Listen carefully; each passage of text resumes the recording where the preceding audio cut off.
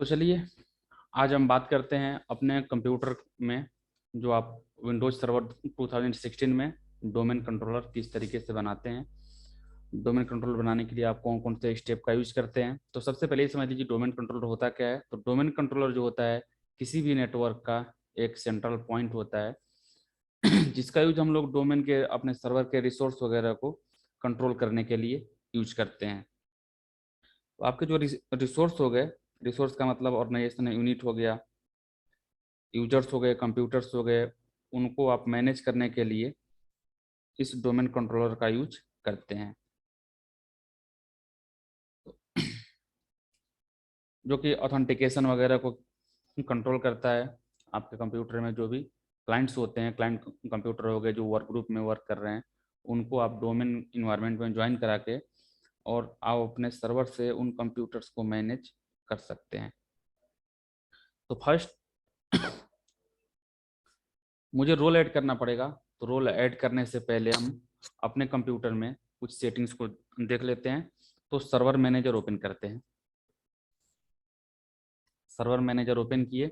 Open करने के बाद पहले लोकल सर्वर की सेटिंग को हम चेक कर लेते हैं। तो लोकल सर्वर की सेटिंग में आप यहाँ पे देख सकते हैं अभी आपका सिस्टम जो है वर्क ग्रुप इन्वायरमेंट में वर्क कर रहा है। तो अगर आपको चेक करना है यहाँ पे तो वर्क ग्रुप इन्वायरमेंट आप यहाँ पे देख सकते हैं और आपका जो फायरवॉल है ऑफ है। रिमोट डेस्कटॉप रिमोट डेस्कटॉप जो इनेबल है और आपने जो आईपी एड्रेस असाइन कर रखा है 50.0.0.1 की रेंज में, मतलब क्लास ए का आपने आईपी एड्रेस असाइन कर रखा है। बाकी इधर की सेटिंग देख लेते हैं। तो आपका टाइम जोन जो है इंडिया का टाइम जोन है। तो देन अगर मुझे रोल ऐड करना होगा तो आपको डोमेन कंट्रोलर बनाने के लिए एडीडीएस और डीएनएस दोनों रोल ऐड कर लेते हैं। तो रोल को ऐड करने के लिए आप ऐड रोल एंड फीचर्स इस ऑप्शन का भी आप यूज कर सकते हैं। यहाँ से भी आप रोल ऐड कर सकते हैं। सेकेंड ऑप्शन जो आपके पास है मैनेज, और मैनेज पे आने के बाद ऐड रोल एंड फीचर्स पे आते हैं। नेक्स्ट, और यहाँ पे आप इंस्टॉलेशन मेथड को सिलेक्ट कर लीजिए। तो हम यहाँ पे रोल बेस्ड और फीचर बेस्ड इंस्टॉलेशन को सिलेक्ट करके नेक्स्ट करते हैं। And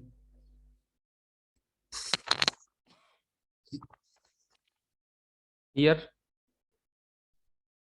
I select A server from the server pool option.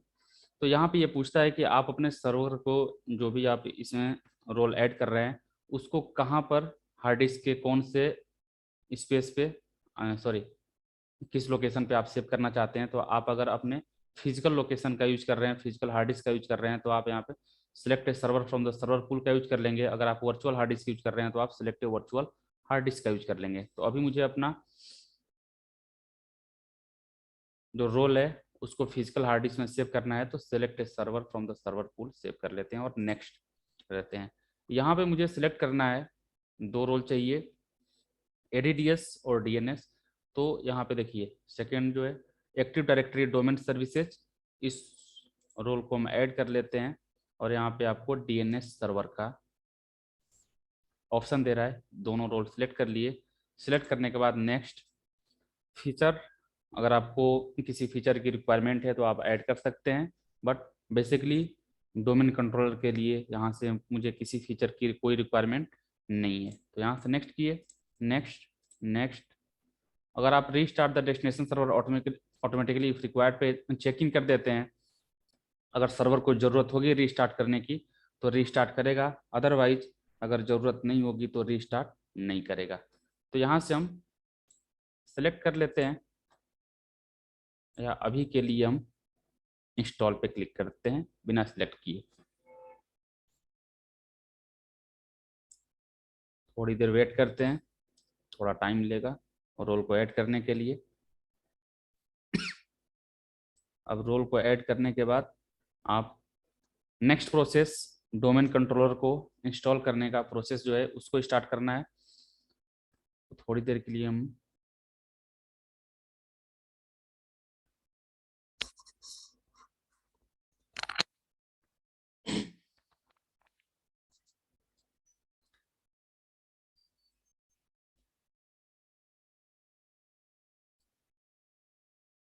यहाँ पे आप देख सकते हैं active directory domain service, DNS server, group policy management, remote server administration tool, role administration tools, इन सारे टूल को ये ऐड कर रहा है।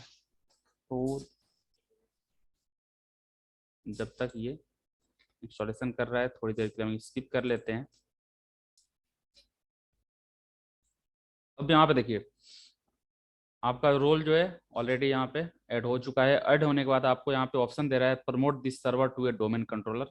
यहाँ पे क्लिक कर देंगे, मुझे अभी इसको डोमेन कंट्रोलर प्रमोट करना है। और यहाँ पे 3 ऑप्शन दे रहा है, add a domain controller to an existing forest, add a new domain to an existing forest और ऐड ए न्यू फॉरेस्ट।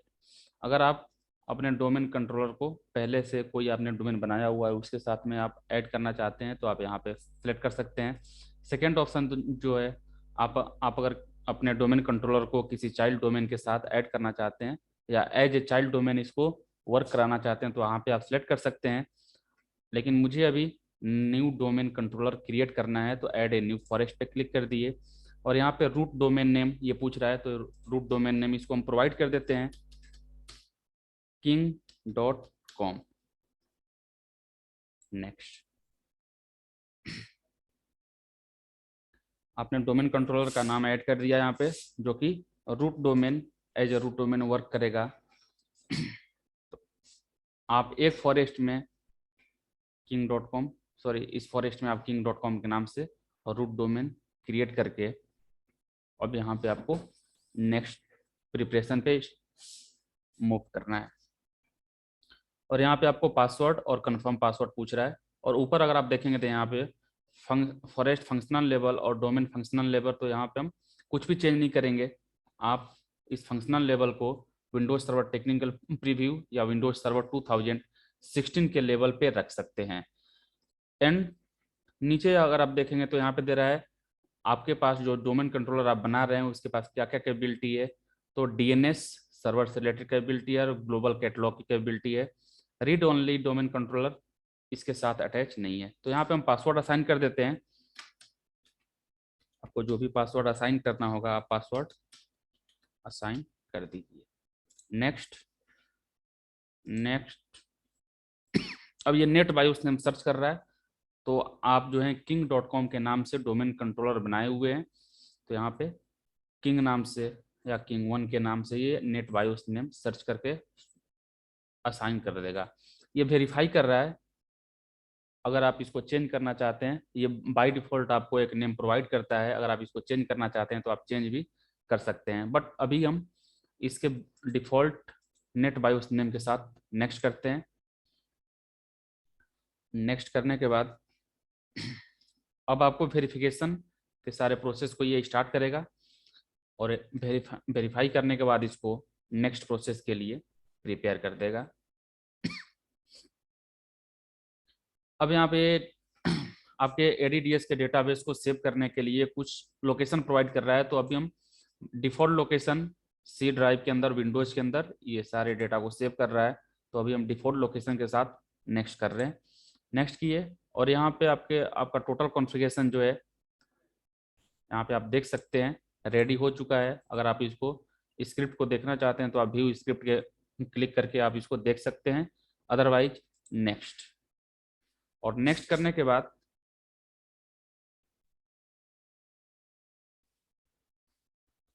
अब ये इसको वेरीफाई कर रहा है जितने भी सेटिंग हमने किया हुआ है, जो भी आपने ऐड किया हुआ है, name, net BIOS name, domain controller name, functional level, इन सबको चेक करने के बाद इंस्टॉलेशन का ऑप्शन आ जाएगा। थोड़ी देर ये टाइम लेगा, थोड़ी देर वेट कर लेते हैं। वेट करने के बाद नेक्स्ट इंस्टॉलेशन के प्रोसेस को स्टार्ट करेंगे।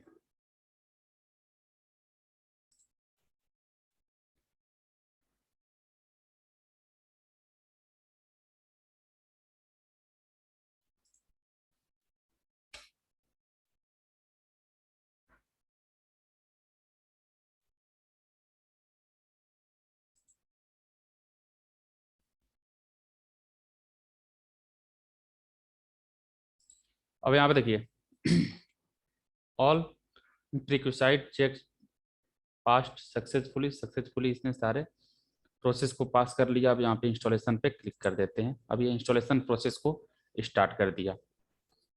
अब इंस्टॉलेशन प्रोसेस को कंप्लीट करने के बाद आपका Windows server 2016 as a domain controller ready हो चुका है। अब आप इसमें डोमेन कंट्रोलर से रिलेटेड जो भी सेटिंग वगैरह करना चाहते हैं वो आप कर सकते हैं।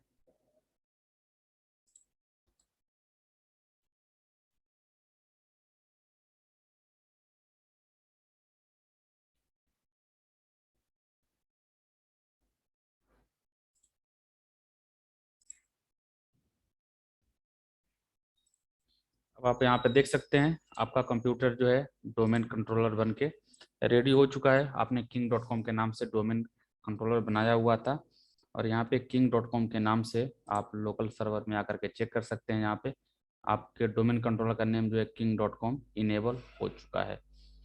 तो ये रहा पूरा प्रोसेस, जिस प्रोसेस का यूज करके आप अपने विंडोज सर्वर 2016 सर्वर को as a domain controller promote करते हैं।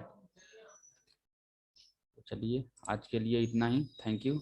अब नेक्स्ट वीडियो में बात करेंगे WDS Windows deployment service Windows server operating system में किस तरह से कॉन्फ़िगर करेंगे।